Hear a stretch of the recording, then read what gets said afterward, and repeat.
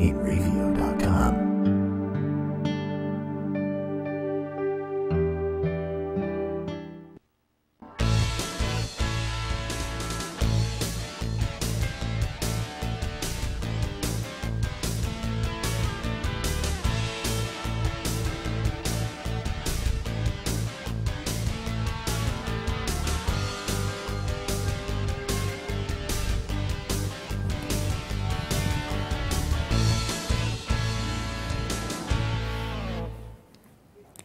Hello again, everybody. This is Joe Larson, along with Chuck Schultz, and you're watching the 5 on Racing Show. The first show after the Daytona 500. After the Super Bowl. I mean, the 500. Yeah, the 5. It was more like an enduro. Unbelievable. We'll talk about that. When you think that they can't top the Super Bowl, boy, I'll tell you they topped that, huh? They topped that, all right. When did you fall asleep? I fell asleep just, I think, right at the beginning of the second segment. Well, you were lucky you had the day off. That was the nap time. Yeah, sorry. Yeah, you were lucky. But yeah, it was. I T-voted, and we added on an extra hour because of, it's NASCAR. It wasn't enough. Wasn't enough. It was not enough. No, it was not enough. No. Actually, I wound up missing the final frontier there, the last couple of laps. I had to watch it on an alternative device. Alternative device. Yeah. So, unbelievable. But I caught every one of the accidents on the big screen TV. Well, isn't that why people watch? For the accidents? Yeah. That is what the lay people, Yes. the non-lay people watch for. Racing people. But the racing people don't watch for that. I mean, the guys are getting wiped out. I think the only guy who made it through every one of those things was Ryan Preece, and barely by the skin of his teeth. Yes. And then he was in third, and then he was in eighth. And I'm like, okay. Yeah, he got shuffled. Yeah. He got shuffled. But for the most part, he did good. The kid did good. Well, that morning they announced, International Speedway Corp, that it was a sellout. It was a sellout. Now, who sold out? The Daytona 500. Yeah. So yeah. So this is what they do, and I can tell you this, and I heard it from a friend. What happens is in an event like that, they don't want to say they have seats. So what happens is the corporation buys those tickets, and they got some guy walking down the road. And here you go, come on in. Now it's a sellout. I gotcha. That's what. So in other words, you need to be walking down the road collecting tickets. Yeah. That's what we need to be doing. Just hanging around. And all the scalper guys, they have like tons of tickets, but they don't always get rid of them. And yeah. Well, the closer you get to the start time, exactly, the cheaper they get. The cheaper you go on Monday, they're big bucks. Oh yeah. Yeah, you're big bucks. But yeah, it was. It wasn't. I tell you what, it wasn't a bad race. Yeah. It was definitely interesting. I don't know. There's a lot of comments about the race. Right. I mean, my first comment is, anybody who was watching the numbers, the first 8 cars were right behind each other. Uh-huh. The next group of cars was almost 41 seconds back. Yeah. For 9th place, from 8th to 9th. 41 seconds back. Because I'm looking at the numbers, I'm going, how is Ryan Preece 42 seconds down? And I'm That's looking almost at him, a lap. because he's in the next group. Right. Yeah. It's almost a lap. That's a lot. And to have Ryan Preece in that race is an honor to those guys in the Northeast and the modified group. Absolutely. It's been a long time. I believe Stephen Park was the last modified guy to run, in the to actually drive. Yep. But I mean, you got Wheeler, who won the Daytona 500 a couple of years ago. Right. And again, who is modified guy, Long Island, Southold, right? And he was right in there. He was right in there again. Mm-hmm. But he left Denny Hamlin. I'm not sure what the circumstances were there. Yeah, it still happens. But he left there, and he was with the 24 car, who was running really good before they got collected. Oh yeah. They were running real nice. Yeah. Before they got collected. And then even Jimmy Johnson was up there. Chad Knaus leaving. I'm sorry, Wheeler is not with the 24. Chad Knaus is with the 24. Right. Wheeler is with the 11 car. Yep. No, not Denny Hamlin. Yeah. Wheeler's not with Denny Hamlin. No, he's not anymore. Now you got me confused. Get with the program here. It's like, chess. Oh, checkmate. Wait, hang on a second. Hey. I know for a fact that he was Roger Oxy, crew chief on Long Island with the late model. Wheeler. Yeah. It was Roger Oxy's crew chief. Yes. Okay. Well, then we got that straight. I saw that on Facebook. On Facebook? Yeah.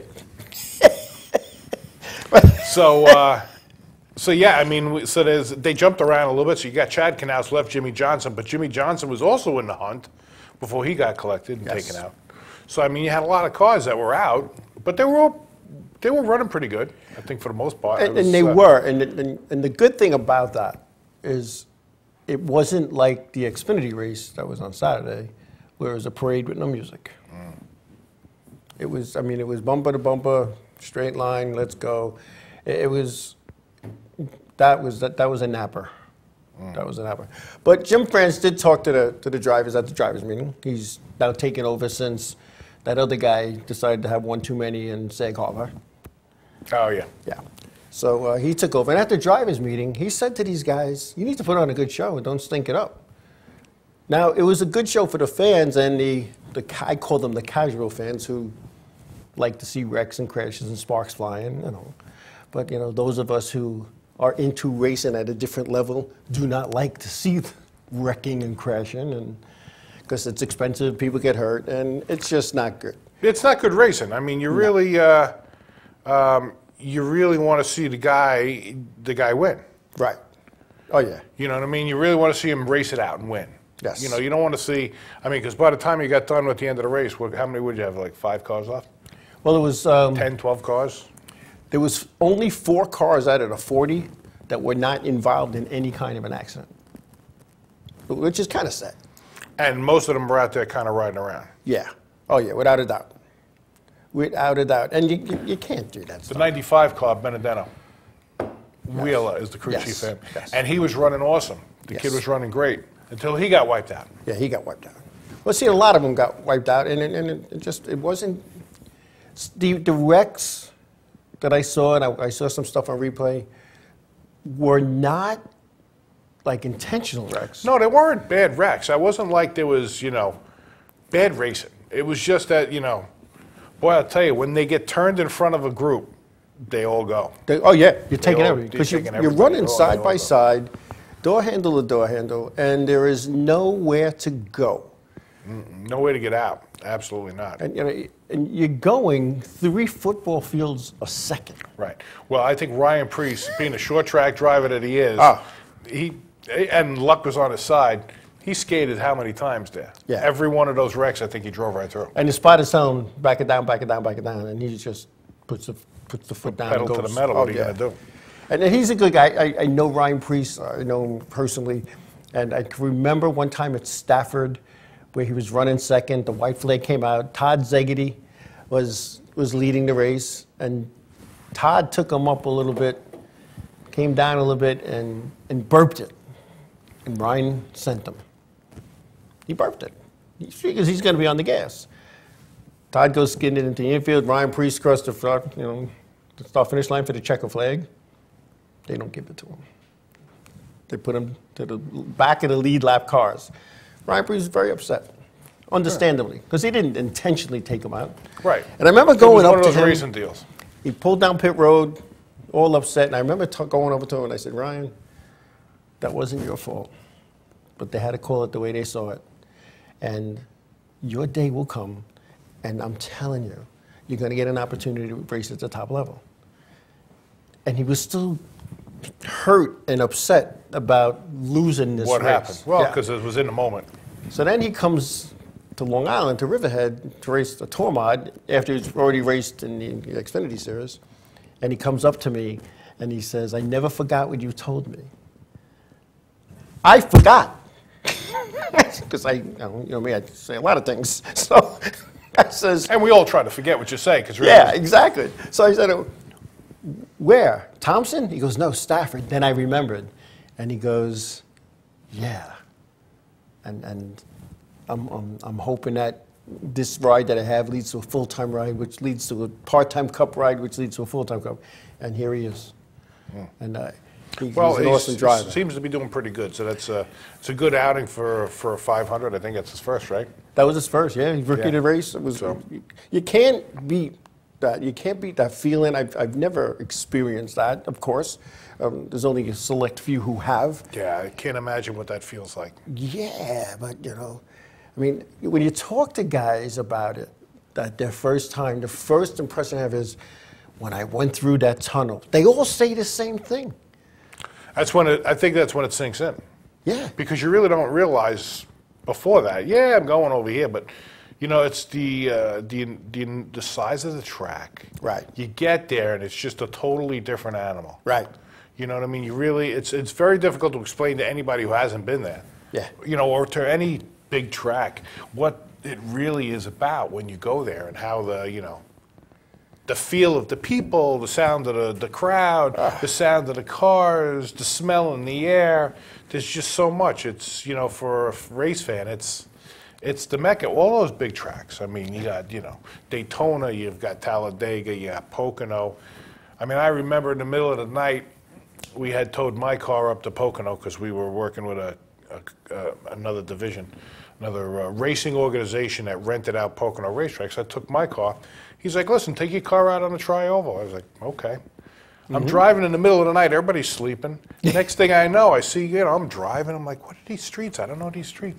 Next thing I know, I see Pocono, USA. I make a left-hand turn. I'm on the front straightaway. And you don't realize how big this track is, that it's got streets on the inside of the track. Yeah. It's huge. Yeah. You know, you just don't realize it, and then you get hit with it when you come there, you know? If I can You, imagine. you do. And I can remember the first time that I went to Daytona. I came off of 95. I go down 92, International Speedway Boulevard, and I see the dog track grandstands. Right, the dog track. And I'm saying to myself, it looks bigger on TV. Because you're thinking that's a dog track. I'm thinking that's it. And then I see the signs and the names, and I'm like, it's like a mile long of the front stretch almost. I'm like, wow. And then I parked, and I didn't get to drive through the tunnel that day, but I walked through the tunnel, and I was like, how did they get the haulers through here? Well, back when they did that, they had open trailers. Now, some of the smaller haulers fit, but the big ones, they go under the grandstands and go out by the start finish line. It's just, wow. It's the first time I actually was at Daytona. I was stuck in traffic on the road out there. And I'm in my truck, and I can feel the road vibrating. It's shaking. Yeah. And I'm like, what in the world is this? You can hear the cars, and then they disappear. But they were only on pace laps. They weren't even racing yet. Nope. And we got there, and I was like, this is unbelievable. Oh, yeah. You know, you just can't even see the other side. It's like unbelievable, the size of that. You can't. You really can't. But anyway. But I think for the most part, I think overall the race was not that bad. I mean, you know, of course the wrecks were unbelievable. You would think at that point these cars would be a lot more dialed in and these guys would be a lot more on the ball, you know, because they've been racing there for a month. They went through the duels and the clashes and whatever else there might be there. I mean, they've done tons of racing there already. But I know by the time you get down to that point, 30 laps left to go, you got tires, you got fuel, anything goes, right? Anything goes. So it's either checkers or wreckers, right? Pretty much. So Pretty much. you get a little bit loose. Usually with me it was wreckers. I didn't I didn't see, too many checkers. Didn't see too many checkers. Yeah, no, not too many. Anyway, but we got some results for the Cup Series. I know most people probably have already, but we're gonna show you results from the Monster Energy NASCAR Cup race that was held at Daytona International Speedway. And here you have it right now is that Denny Hamlin, as we know, was the winner. Joe Gibbs Racing finished 1, 2, 3. Kyle Busch second, Eric Jones third. Joey Logano finished fourth, Michael McDowell fifth, Ty Dillon sixth, Kyle Larson seventh, Ryan Preece, that we just talked about, eighth, Jimmy Johnson without a left rear quarter panel and losing 2 laps in the pits on a penalty finished ninth, and Ross Chastain rounding out the top 10. And when you look at that, when I say only 4 cars were not involved in some kind of a wreck, it's amazing. And out of some of the cars that were involved, I mean, Jay McMurray was still running up there. Yeah. Considering he was involved pretty heavy. Oh, you without know, a doubt. with the right front. So I mean, it was interesting, to say the least. You know, surprised he could hold it together and race up front that far, Right. and that hard. And it was his last 500 besides. Yeah, So he's that's going amazing. to he's going to be a announcer, I guess, something. He's going to be. Yeah. Like old race car guys from Long Island have like internet shows. Oh, is that how it works? Guys on the cup level Oh, go yeah. national Is that TV. why we're here? I was wondering how that worked out. How did that work out? But you know, it's kind of interesting. You know, that was the last restrictor plate race. Those that can't have a show. Exactly. It's like in professional baseball. Earl Weaver couldn't play, but he was one of the best managers. You know. There you go. You know. But that was the last restrictor plate race. Yeah. So I'm curious to see what's going to happen at the next one. At like Michigan and Talladega. Set your DVRs. This could get interesting. Now at Talladega, they're going to call the big one the bigger one now because with restrictor plates, they're going to be moving. Well, I think they're going to have clearance from the tower for them to take off now at Talladega. I don't know how it's going to work out. I just don't understand how they do that. How they. Well, at the end of the race there, you know, you got guys that were doing 202 miles an hour with a restrictor plate. Right. Because, you know, it's getting stickier to, you know. Oh, yeah. Track's cooling down, nighttime's coming. They were over 200 miles an hour, not a problem. With beaten and banged up cars. Yeah. Unbelievable. So now with new cars with no plates. Yeah. Well, I guess I got to try something. I know they've been making these cars, you know, and I know that everybody was kind of up in arms about the whole Ford Mustang thing because apparently the Fords were doing so well. But still, at the same token, how many Fords finished that race up high? Right. Yeah. You know, Toyotas and Chevys were still up there, still Yeah. doing their thing. You know, even though if they teamed up or whatever the story was. But still, the bottom line is that, you know, they made these cars so similar and so alike and so identical that there's really no room for error. You're not going to have, you know, the guy that's lapping cars anymore type of thing, you know. I mean, although they did yesterday. One of our Facebook Live participants, Randy, who was a NASCAR official in many of the series, and I've known for quite some time, he lives within earshot of Daytona International Speedway. And he says right now they are testing the new package at Daytona. So that'll be interesting to see. The new package without a restrictor plate. Yeah. He says it's a tapered spacer plate under another name. So leave it to NASCAR. Anyway, we're going to take a break. And we come back, we will talk about the Xfinity and the Gander Camping Truck Series results when we come back.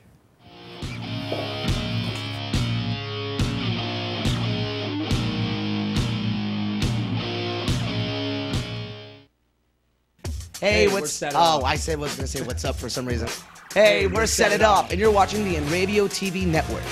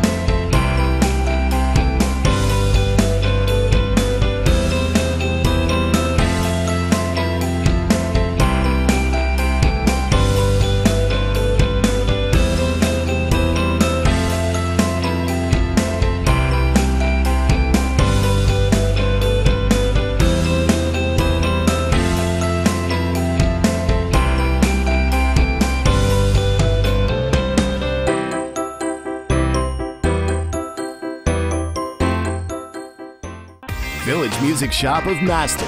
1-800-HEY-DUDE. Your full-service store with personalized attention, school band instrument rentals and sales, music instruction on all instruments for all styles and age groups, for guitars, drums, amplifiers, PA systems, and accessories. It's Village Music Shop, 1495 Montauk Highway.